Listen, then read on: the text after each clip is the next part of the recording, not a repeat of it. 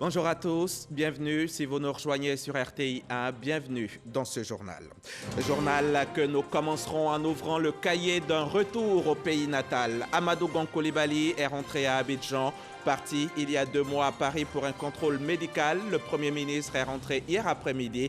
Il a été accueilli à l'aéroport Félix Houphouët-Boigny par le président Alassane Ouattara, son épouse et plusieurs membres du gouvernement. La Côte d'Ivoire rend hommage à ses soldats tombés au front, partis à Kafolo, à la frontière Burkina Faso pour protéger le pays. Plus d'une dizaine de nos militaires et gendarmes ont été mortellement touchés il y a quelques semaines par des balles de terroristes. La nation leur est reconnaissante, la nation est fière de leur bravoure, de leur courage. Ils sont élevés au grade de chevalier de l'ordre national. Et puis, changement de visage à la tête du gouvernement en France. Jean Castex a été nommé Premier ministre ce vendredi en remplacement d'Édouard Philippe. Ce dernier va rejoindre la mairie du Havre après 3 années passées à Matignon. Une page du quinquennat d'Emmanuel Macron qui se tourne donc ce 3 juillet. Parti à Paris dans la nuit du 2 au 3 mai dernier pour un contrôle médical, Amadou Gon Coulibaly est rentré hier jeudi à Abidjan. Après 2 mois d'absence pour cause donc de contrôle médical en France, le Premier ministre était visiblement heureux à sa descente d'avion. Il a tenu à remercier le couple présidentiel Alassane et Dominique Ouattara qui étaient à l'aéroport pour l'accueillir. Il a également remercié ses proches, ses collaborateurs et les Ivoiriens en général. Alexis Ouedraogo. Amadou Gon Coulibaly est de retour. Au pied de l'échelle de coupée de ce Grumman 5 qui le ramène, le chef de l'État Alassane Ouattara et son épouse venus accueillir le chef du gouvernement. Le Premier ministre regagne Abidjan après 2 mois jour pour jour à Paris pour raison médicale. Des membres du gouvernement n'ont pas voulu se faire compter ce jour.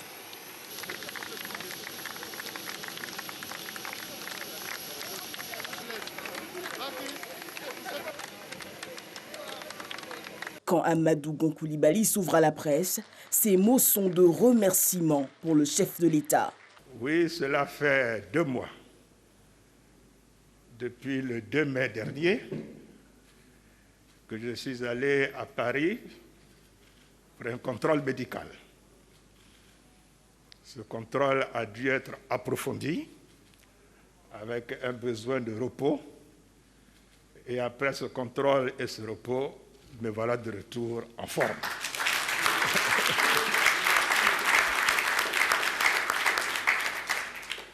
Monsieur le Président de la République, pendant ces 2 mois, matin et soir, vous m'avez donc appelé tous les jours, matin et soir. Oui, pour vous enquérir de mon état de santé, mais également pour m'informer de l'état du pays. Oui, Monsieur le Président, vous ne pouvez pas imaginer ce que ces appels m'ont apporté. Ce que ces appels m'ont apporté comme force et énergie pour pouvoir donc traverser donc cette période. Merci, Monsieur le Président. Merci. Vous avez été interface entre ma mère et toute la famille et moi pour les rassurer au fur et à mesure, leur donner les nouvelles au fur et à mesure. Merci, Monsieur le Président, pour avoir également joué le rôle de chef de la famille. Avec lui, un autre soutien, celui de la première dame Dominique Ouattara. Je voudrais saluer donc la première dame, que j'ai eu le plaisir, l'honneur et qui m'a procuré beaucoup de joie en me rendant 2 visites pendant mon séjour donc à Paris. Madame la première dame, merci. Là aussi, je me souviens de tous les mots de réconfort. Je vais trahir un secret, parce que quelquefois, je n'arrive pas à garder tous les secrets. Vous avez dit, Amadou, quand tu retourneras, tu seras encore plus fort.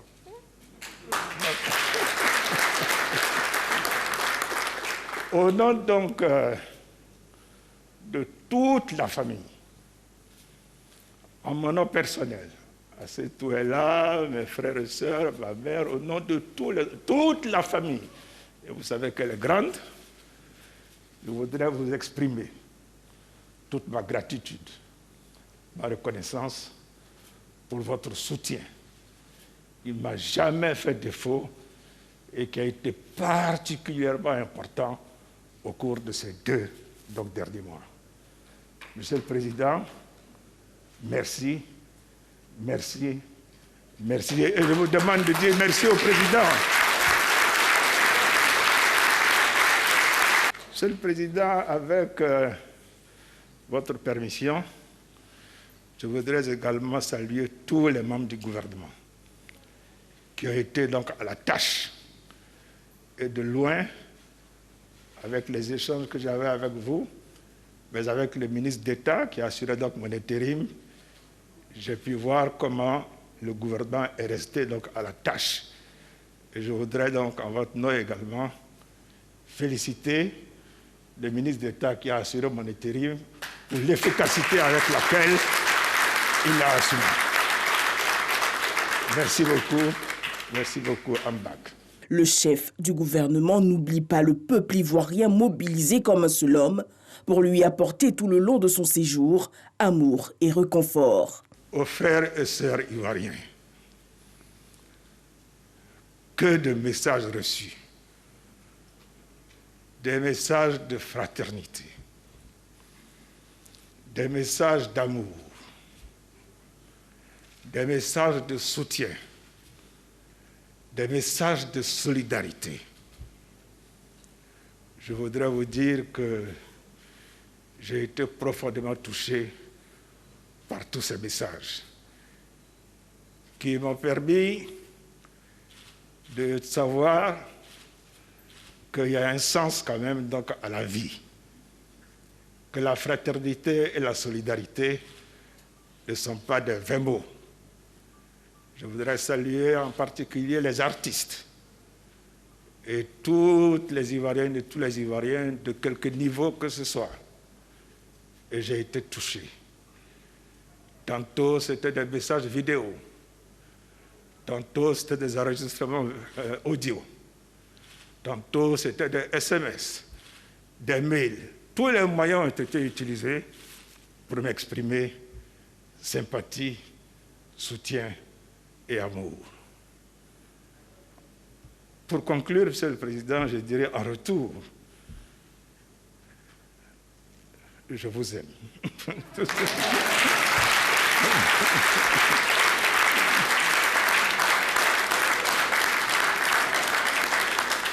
Et je suis de retour pour prendre ma place aux côtés du Président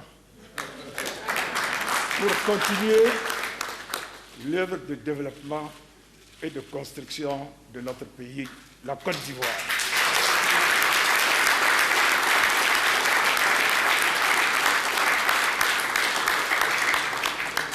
Amadou Gon Coulibaly est de retour, plus que jamais engagé pour le développement de la Côte d'Ivoire. Amadou Gon Coulibaly est donc de retour à Abidjan pour reprendre toute sa place dans la bonne marche de la Côte d'Ivoire. Avant de se rendre à l'aéroport pour cet accueil, le président Alassane Ouattara était dans la matinée d'hier à l'état-major général des forces armées, cadre choisi pour rendre hommage à nos soldats morts à Kafolo, dans le nord-est du pays, à la frontière du Burkina Faso. La nation tout entière leur est reconnaissante et a tenu à le leur témoigner. Ils ont été élevés à titre posthume au grade de chevalier de l'ordre national. Jérôme Kofi Abolin en était témoin. Une présence qui honore, réconforte et apaise les douleurs pour nos forces de l'ordre qui pleurent, des frères d'armes arrachés à leur affection dans une attaque le 11 juin dernier à Kafolo, dans le nord du pays. Cette présence, c'est celle du président de la République, Alassane Ouattara, chef suprême des armées ce jeudi, à la cérémonie d'hommage aux soldats tués alors qu'ils étaient en opération pour sécuriser les populations.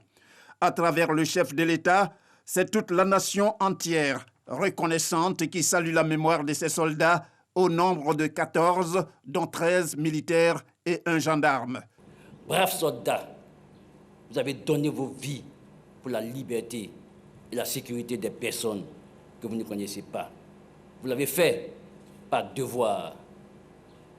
Votre mort n'aura pas été inutile, bien au contraire. Elle suscite en chacun de nous une introspection et nous amène à nous dépasser et à faire face à cette entreprise de terreur qui ne cherche qu'à s'aimer le chaos par des actes abjects qu'aucune cause ne pourra jamais justifier. Cette journée doit nous rappeler que tous, gendarmes, militaires, forces paramilitaires et population, devront, main dans la main, faire barrage à tous ceux qui terrorisent cette nation. Et nous, vos frères d'armes, en prenons l'engagement. Chères familles éplorées, je veux ici vous exprimer toute notre solidarité. La solidarité de la République et des forces armées de Côte d'Ivoire dans cette épreuve ô combien difficile. Recevez nos sincères condoléances. Tous ces soldats morts au combat ont été décorés à titre posthume. C'est le ministre d'État, ministre de la Défense, Ahmed Bakayoko, qui a procédé à la remise de leur distinction. Ils ont tous été élevés au grade de chevalier de l'Ordre national. Le drapeau national a été remis aux familles des victimes par le président de la République, Alassane Ouattara.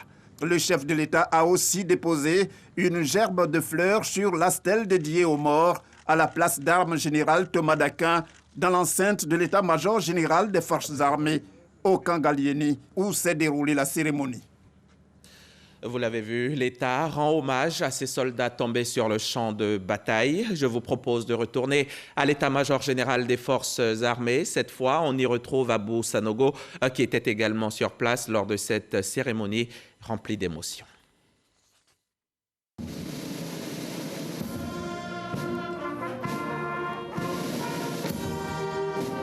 Ces 14 militaires et gendarmes, portés par leurs frères d'armes, sont morts au combat ou après leur évacuation sanitaire, suite à l'attaque de leur position dans la localité de Kafolo, au nord de la Côte d'Ivoire, à la frontière avec le Burkina Faso.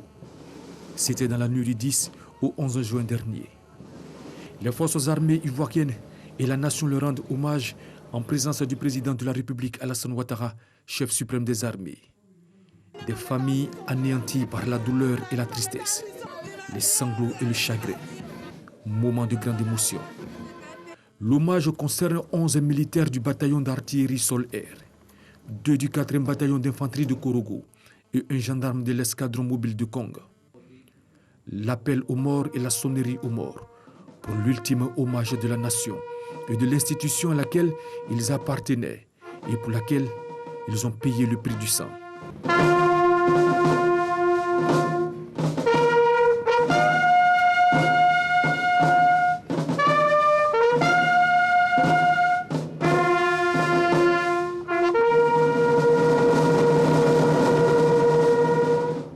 Les porteurs, leurs frères d'armes, au nombre de 112, dont 84 pour les cercueils, 14 pour les casquettes et 14 pour les portraits, vont au pas cadencé procéder au retrait des dépouilles de la place générale du corps d'armée Ouattara Paul Thomas Dakin de l'état-major général des armées et de leur retrait définitif des effectifs des forces armées de Côte d'Ivoire. Que leurs âmes reposent en paix. Ils partent ainsi dans la douleur de leurs proches et du pays tout entier, mais d'autres arrivent pour prendre la relève. 139 élèves sous-officiers viennent de prêter serment d'allégeance à la mère patrie. 139 hommes et femmes prêts à défendre le drapeau orange, blanc et vert. C'est la promotion Renouveau. Ils ont reçu leurs insignes de grade, les insignes de leur grade, ce vendredi même à l'École nationale des sous-officiers d'actifs de Bouaké. Et puis, autre précision, l'école, après donc son retour sur sa base de Bouaké, l'école y a connu sa dernière sortie de promotion en 2001, il y a 19 ans. Mais Kader Sogodogo nous expliquera tout cela ce soir dans le 20h avec Marie-Laure Ngoran.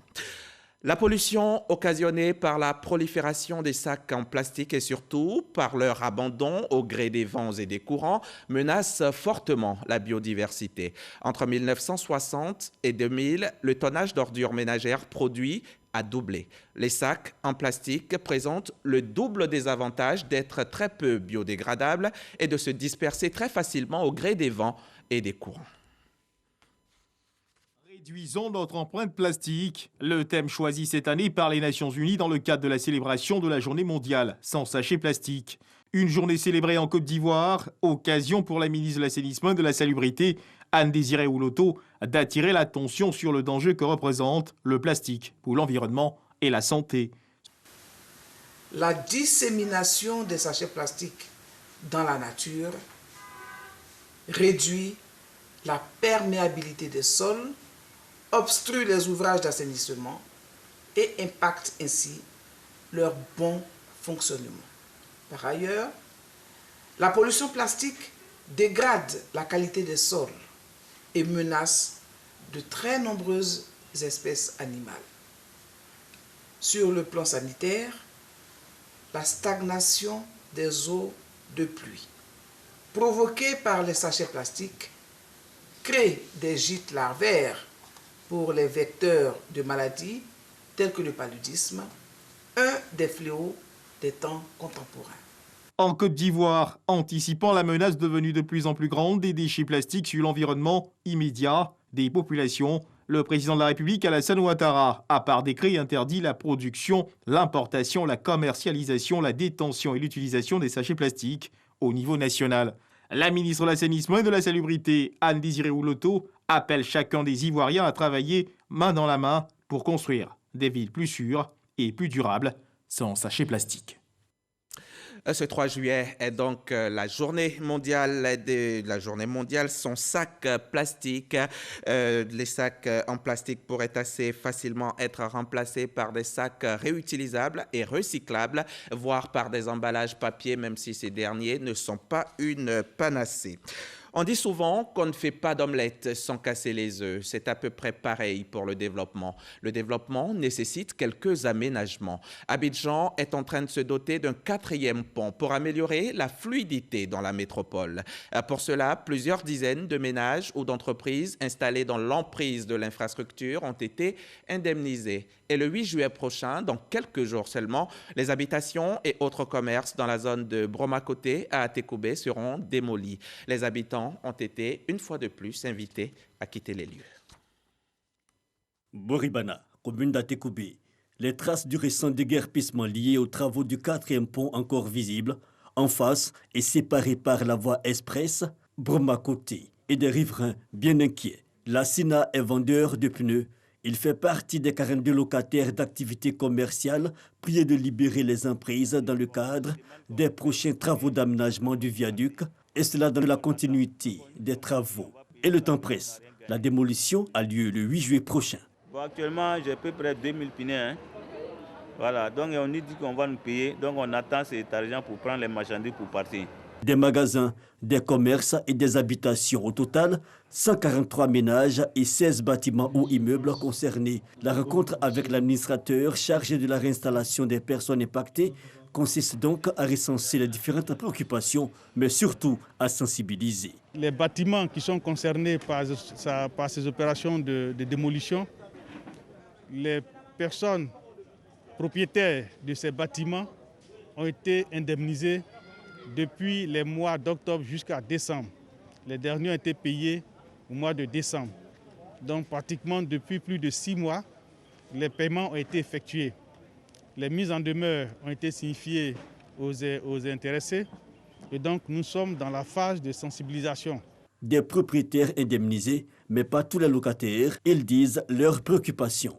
Je suis parti faire une réclamation à la mairie technique d'Adjamé. 3 réclamations. Premièrement, ils ont pris, on ne nous a pas payé. Deuxième, ils ont pris, on ne m'a pas appelé. Troisième, ils ont pris sur l'ordinateur. Ils disent qu'ils vont nous appeler. Ils ne nous ont pas encore appelé. Ce sont les personnes, les locataires ménages ou les locataires d'activités commerciales qui n'ont pas encore perçu leur indemnisation.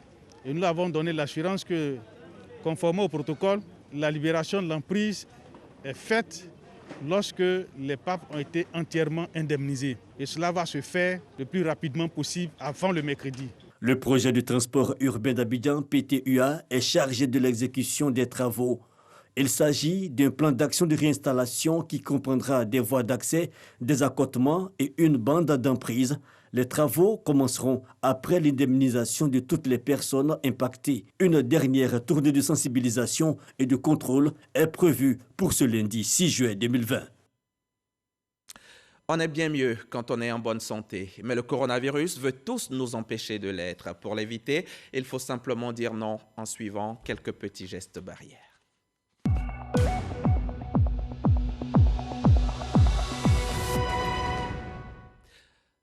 Le virus mortel est donc toujours parmi nous. Il continue sa marche funeste, nous empêche de vivre comme nous le souhaitons et comme nous en avons l'habitude.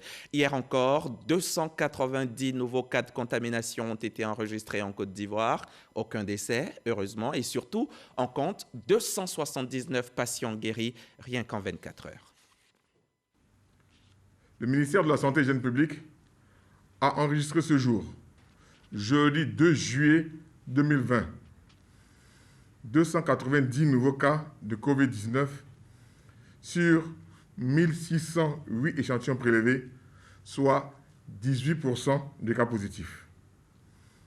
279 guéris et 0 décès. À la date du 2 juillet 2020, la Côte d'Ivoire compte donc 9 992 cas confirmés, dont 4 660 personnes guéries, 68 décès et 5 264 cas actifs. Le nombre total d'échantillons est de 59 382. Le ministre de la Santé et de l'Hygiène publique rappelle que la pandémie n'est pas terminée. Il exhorte les populations, notamment les personnes vulnérables, à réduire leurs déplacements, à rester confinées chez elles et à respecter les mesures barrières. N'oublions pas, c'est que c'est nous qui déplaçons le virus. Le ministre de la Santé et de l'Hygiène publique en appelle donc à la discipline et à la responsabilité de tous et de chacun si nous voulons stopper la transmission du virus. Vous venez d'entendre le directeur général de la santé, professeur Mamadou Samba. 9 992 cas donc de Covid en Côte d'Ivoire avec malheureusement 68 décès. Voilà les chiffres qui nous concernent. Ailleurs dans le monde, ils ne sont pas fameux non plus. Au Ghana voisin par exemple, ce sont 18 134 malades qui sont recensés pour 117 décès. Le Royaume du Maroc compte 13 215 cas de Covid pour 230 morts. En Afrique du Sud, on compte 168 061 cas confirmés, 2 844 patients en sont déjà morts. Le géant Nigeria, lui, déplore 616 morts pour un total de 27 110 malades liés au nouveau coronavirus. Le monde compte à ce jour près de 11 millions de cas de Covid avec plus de 520 000 morts enregistrés à travers la planète. Lavons-nous les mains à l'eau et au savon. C'est si simple pour être en bonne santé. Portons un masque, qu'il soit fait maison, chirurgical ou en tissu. Un masque est un masque. Il protège. Vous qui le portez, il protège également les autres. Ce message, les autorités n'ont de cesse de le répéter. C'est le seul moyen de freiner l'avancée de ce virus qui nous a déjà fait tant de mal. On retrouve Serge Coléa. Il était hier au point de presse du gouvernement. Ce n'est plus un secret à Abidjan. Des bars et boîtes de nuit continuent d'ouvrir clandestinement malgré l'interdiction du Conseil national de sécurité. La police en a épinglé quelques-uns dans la commune d'Abobo. Les équipes de patrouille ont été saisies par des sources anonymes de la présence de plusieurs individus en pleine consommation d'alcool dans 2 bars climatisés à Abobo, Belleville, au mépris de l'interdiction d'ouverture des bars et du respect des mesures barrières de lutte contre la propagation de la Covid-19. Des bars climatisés bondés de près d'une trentaine d'individus chacun, dont certains ont réussi à s'échapper par des issues de secours. 50 individus, dont le propriétaire du bar en question, le disc jockey, les serveuses, les gérants et même Des clients ont été interpellés et conduits à la préfecture de police d'Abidjan et mis à la disposition du service des enquêtes générales pour répondre de leurs actes. En revanche, dans le secteur des transports, dans l'administration publique et dans les marchés, la sensibilisation porte des fruits. Les usagers de la route, chauffeurs de taxis et véhicules particuliers, ont vraiment compris le sens de notre mission de sensibilisation, vu que le nombre de passagers recommandés par véhicule est respecté et le port de masque par tout occupant à bord est constaté par nos hommes. Les mesures commencent véritablement à être appliquées dans la plupart des services publics et démontrent que notre appel de sensibilisation n'est pas vain. Au plan sanitaire, Abidjan reste l'épicentre de la pandémie avec 96% des cas positifs. À l'intérieur du pays, 3 régions se démarquent. Les régions sanitaires les plus touchées à la date du 29 juin étaient respectivement Abidjan 2 avec 7 181 cas, Abidjan 1 avec 1 648 cas, le Sud Comoé avec 172 cas, le Gbeke avec 56 cas, San Pedro 43 cas, les Grands Ponts 21 cas, Agnébi Tiassa 15 cas, la Nawa 15 cas, l'Indénu Djablin 12 cas et le Go avec 10 cas.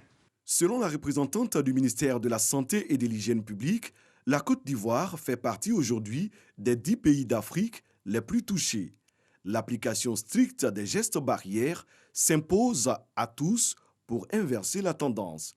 Les autorités ivoiriennes entendent poursuivre leurs efforts de sensibilisation. Et en cette période de coronavirus, donner, partager, être solidaire, c'est bien ce qui sera utile aux plus vulnérables. Cette semaine, la PIFSI, entendez, la plateforme interconfessionnelle des femmes de Côte d'Ivoire, s'est rendue à l'orphelinat des jeunes filles de Grand Bassam pour offrir aux pensionnaires des vivres et des non-vivres. On voit cela avec Jean-Marc Djedji. Des vivres et non-vivres sont remis à la direction de l'orphelinat national des jeunes filles de Grand Bassam. La plateforme interconfessionnelle des femmes de Côte d'Ivoire, PIFSI, soutient par ce geste les 110 enfants vulnérables de cet institut en cette période de pandémie de la Covid-19.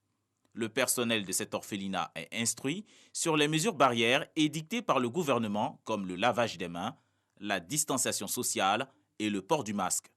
Les femmes de la PIFSI invitent de même les populations à la responsabilité pour briser la chaîne de transmission de la pandémie du coronavirus. Notre diversité fait notre fierté. Et que toutes les mamans sont pareilles. Toutes les mamans ont les mêmes soucis. Voilà pourquoi nous avons passé à nos pauvres enfants qui sont à l'orphelinat et venir leur montrer comment appliquer les règles barrières qui ont été édictées par nos autorités. La plateforme interconfessionnelle des femmes de Côte d'Ivoire, PIFSI, regroupe les organisations de toutes les confessions religieuses de Côte d'Ivoire. On reste à Grand Bassam où un séminaire de renforcement des capacités des responsables des différents programmes du ministère des Eaux et Forêts vient de se tenir. Il a été initié pour former les acteurs du ministère sur l'évaluation de la performance pour une gestion efficiente des budgets alloués. Les précisions d'Astotoré. Spécifiquement, il s'agit de définir les indicateurs de performance et d'actualiser le document de programmation pluriannuel des dépenses et préparer la conférence budgétaire 2021. C'est une nouvelle norme budgétaire et il fallait que tous les acteurs du ministère soient formés au rudiment de cette nouvelle façon de concevoir le budget et d'exécuter le budget. Cette formation des responsables des programmes et d'unités opérationnelles en gestion budgétaire vise à évaluer leur performance dans la mise en œuvre de leurs activités. Réunis à Grand Bassam, les premiers responsables du ministère des Eaux et Forêts ont pu échanger sur les nouvelles dispositions dans lesquelles la Côte d'Ivoire s'est engagée. Nous allons instruire les acteurs d'abord sur la définition du budget programme et les méthodologies, mais surtout donner les arguments pour pouvoir concevoir des documents pour pouvoir évaluer la performance des activités à travers les objectifs qu'ils auraient à définir ou du moins qu'ils ont définis, qu'ils pourront améliorer, les activités retenues, comment définir les indicateurs et comment mettre en place un mécanisme de suivi des indicateurs qui va être consigné dans un document qu'on appelle le rapport annuel des performances. Le directeur de cabinet situe tout l'enjeu et l'impact de ce séminaire de gestion budgétaire. Le présent atelier a donc pour objet de mettre tous les acteurs au même niveau de formation parce que désormais, il s'agit de contrats de performance. Chacun doit être donc responsable de ce qu'il exécute comme budget et doit rendre compte de l'utilisation des fonds qui sont mis à sa disposition. Environ 40 personnes prennent part à cette rencontre qui se tient sur 2 jours. Un reportage signé Astou Touré depuis la cité balnéaire de Grand Bassam. Et puis, on l'a appris, il y a tout juste 2 heures, la France a un nouveau Premier ministre, Jean Castex, c'est son nom. Il a 55 ans, haut fonctionnaire, inconnu du grand public il y a encore 3 mois, jusqu'à ce qu'il soit nommé délégué interministériel en charge de la sortie du confinement en avril dernier. Il a été secrétaire général adjoint de l'Élysée sous Nicolas Sarkozy, maire sans étiquette de Prades dans les Pyrénées-Orientales. Il a en charge la formation d'un nouveau gouvernement, le 3e de ce quinquennat d'Emmanuel Macron. Il remplace donc Édouard Philippe qui a remis sa démission ce matin même. Et c'est ici que l'on s'arrête pour ce 13h. Merci de l'avoir suivi, merci de nous rester fidèles, merci de vous protéger contre le coronavirus, merci de faire attention à la pluie qui continue de tomber. À demain, 13h, toujours sur la chaîne qui rassemble.